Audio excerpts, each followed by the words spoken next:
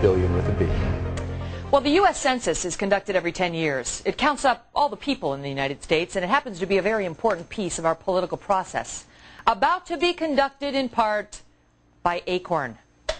FoxNews.com has learned that the Census has contracted with the radical group ACORN to help draft workers to conduct the next census.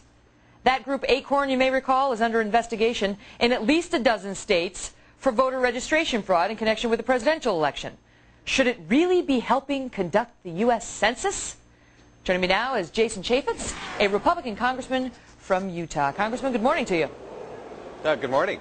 How does this happen? I mean, this group literally was under investigation in more than a dozen states for voter registration fraud. They were allegedly, well, we saw the testimony on our show of them offering people cigarettes and other things to get them to register, mostly in an effort to help Democrats. And now ACORN is going to help conduct the census. Does this make sense to you?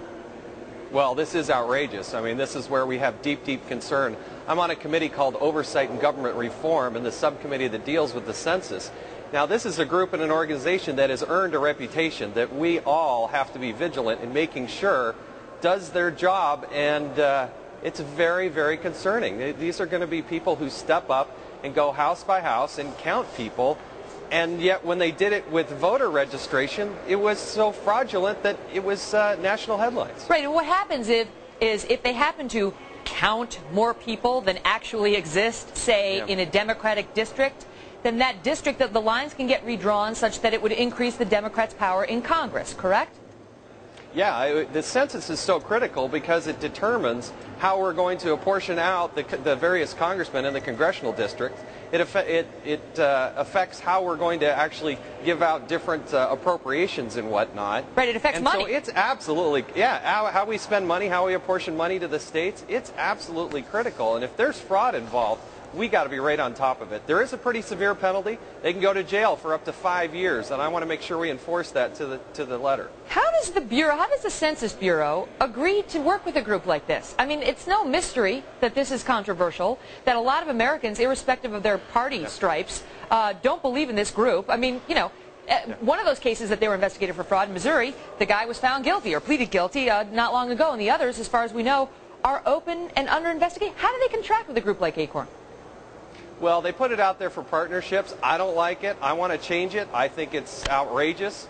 And we're going to be back here to fight that fight and make sure that ACORN is not taking a leading role in this census. But at this point, they're on that trajectory, and I, for one, am very concerned about it. Yeah, okay, here's the latest. In Missouri, of those investigations, in Missouri, one ACORN employee was indeed indicted for voter fraud. That's ongoing. In Indiana, one guy was found not to have created a problem. In the 12 other states, the investigation results not yet released.